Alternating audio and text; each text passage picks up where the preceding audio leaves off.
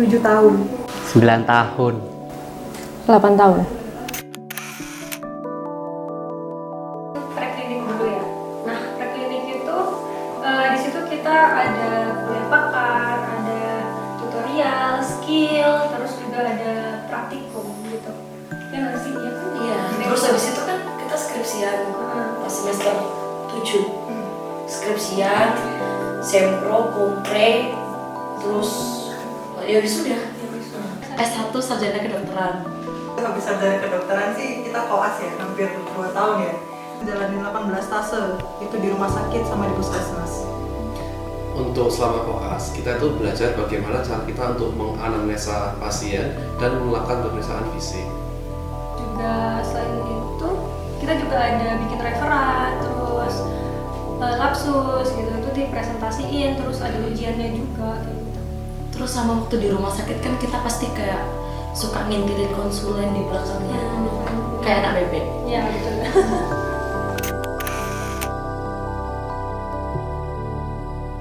Tiba-tiba ada pasien yang bawa makanan banyak dibagiin ke DM yang jaga sama perawat bangsalnya. Jadi waktu tengah malam itu lumayan jadi kerasa lapar. Alhamdulillahnya itu dapat makan.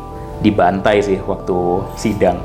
Waktu itu penguji nanyain terkait hasil sidang gue dan pertanyaannya itu out of the box. Bukan pertanyaan yang bakal kupikir akan ditanyakan, tetapi benar-benar pertanyaan yang di luar perkiraanku, jadi ditanyain dan aku ya cuma pelongak-pelongok waktu itu.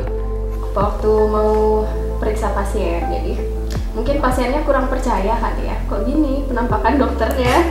Jadi pas mau periksa pasiennya nggak maunya diperiksa sama dokternya yang beneran. Terus tiba-tiba ada konsulen lewat, terus ngebelain katanya kecil-kecil gini juga dokter. Nah ada yang jaga IGD kan, dia keluar beli makan, beli bakso, terus yang dihantam dan dibantai aku yang sendirian di poli. Jadi aku dimarah-marahin sampai disuruh keluar ruangan buat nyariin mereka yang beli bakso. Waktu kan koas capek ya. Kalau tidur biasanya di mana? Pernah sih di atas meja. Di atas meja. Di atas meja, bener-bener aku tidur. Tapi aku terlentang di atas mejanya, bukan yang kayak gini. Tapi terlentang. Ngorok lagi. Di mana-mana sih. Sambil di masjid tidur. Kalau udah komat baru bangun. Pokoknya ada benda yang datar ditidurin. Doa dari orang tua ya, karena menurutku mau sehebat apapun kita, mau seberjuang apapun kita, tanpa doa atau dukungan dari orang tua itu kayak nol.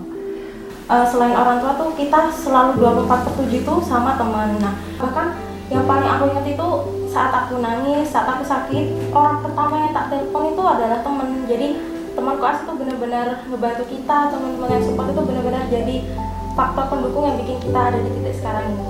Kami juga banyak berterima kasih kepada guru-guru kami yang sudah ikhlas mau mengajari kami selama baik itu pas kuliah ataupun mas koas. Selalu kami didoakan, diberikan semangat dari guru-guru kami. Saat koas. Pas koas sih. Itu pas koas. Itu juga yang koas. Kayak mungkin sebagian besar juga mikirnya koas. Nggak bisa pulang sih, 2 tahun. Iya, setuju sih. Pas koas karena nggak ada hari libur yang nentu. Memang bener-bener pas koas itu blood, sweat, and tears-nya itu bener-bener dikeluarin banget. Bisa karena beberapa stase yang kita jalani, atau faktor-faktor dari luar, atau juga faktor dari internal kami sendiri. Menjelang ujian juga itu hal-hal yang menebarkan. Bahkan sebelum ujian pun sudah menebarkan, sesudah pun juga menebarkan. Bubuk itu apakah nyenyak untuk waktu persiapan itu? Saya pikir nggak ada yang nyenyak, pasti kepikiran ya materinya apa ya yang belum ya. Tiba-tiba masuk RS di IGD, terus diperiksa sama teman sendiri, di triase. Pas lebaran itu nggak apa, sama 2 tahun tuh nggak pernah bisa pulang. Jadi pernah aku ujian mata, neuro kayak gitu, itu sampai nangis karena sampai dikata-katain sama konsulennya kayak gitu. Kalau misal aku mundur, sekolahku mundur, nikahku juga mundur. Jadi ya sesimpel itu aja sebenarnya. Ingat ya, kalau misalnya biaya kuliah ini nggak murah. Lebih ke ingat-ingat gimana dulu aku pengen banget jadi dokter. Selesaikan apa yang udah kamu mulai. Jadi nanti kalau udah jadi dokter, ya perjuangan kita itu bakal terbayarkan. Harus berjuang tetap lanjut sampai bisa punya gelar di depan nama. Cuma satu jawabannya, raja terakhir. UKM PPD. Ujian ini yang betul-betul kita belajarnya yang sampai berdarah-darah, sampai gimana ya, belajar tuh sampai mimisan tuh ada. Belajar dari pagi ketemu pagi, bimbingan ke kampus, terus kita juga belajar mandiri sama teman, bahkan kita ketemu sama teman pun di kafe, itu pun tujuannya untuk satu, belajar. Bener-bener yang tiap hari tuh belajar aja. Pas di UKM PPD-nya sendiri itu kan kita juga dipertemukan dengan 2 kali ujian ya. Jadi yang pertama yaitu CPT, di mana kita dites secara teori, di mana kita mengerjakan soal opsional yang ABCD. Itu kita harus mengerjakan 150 soal dalam 200 menit. 1 minggu kemudian kita juga harus menempuh ujian OSCE, yaitu ujian praktikum, di mana kita harus menempuh 14 stase atau 14 topik yang berbeda, di mana setiap stase itu kita diberi waktu 15 menit, sehingga total kita dalam sehari itu kita bisa ujian untuk OSCE itu 3,5 jam. Hal yang paling menakutkan buat semua anak FK itu ujian UKM PPD ini sih, karena waktu kita 7 tahun pendidikan ini akan terbayarkan kalau nama kita tertulis lulus di pengumuman UKM PPD itu. Betul.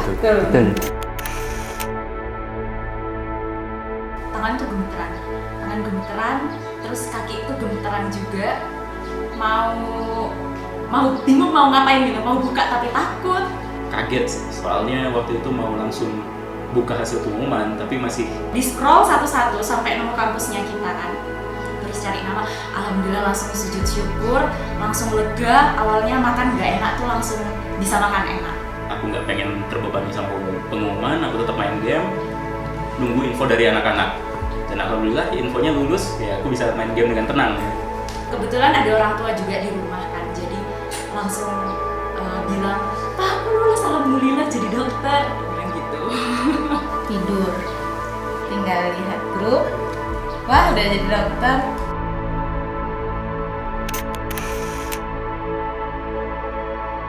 Mundur, jangan masuk FK. Sabar. Ya kuat. Nggak masuk FK nangisnya 7 hari, kalau masuk FK nangisnya 7 tahun. Jadi pikirin baik-baik ya. Ya pastinya bangga dong. Bangga Pastinya. Jelas bangga dong. Bangga. Ternyata buah dari perjuangan itu rasanya manis sekali ya. Semoga rasa sedih, kecewa, dan putus asa yang pernah melintas tergantikan oleh rasa bahagia, syukur, dan lega yang dirasakan hari ini. Terima kasih ya, sudah mau berjuang bersama-sama sampai titik terakhir.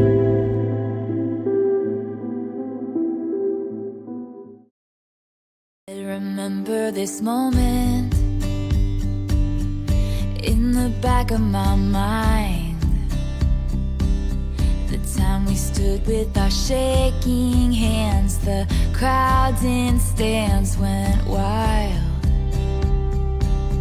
We were the kings and the queens, and they read off our names.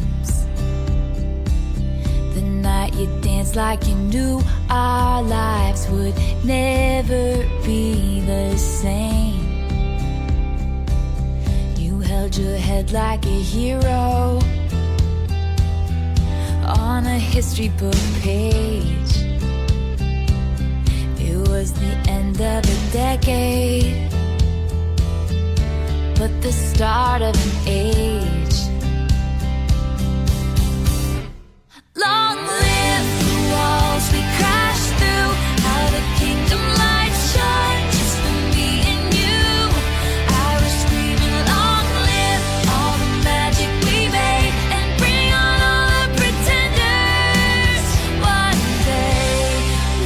be remembered.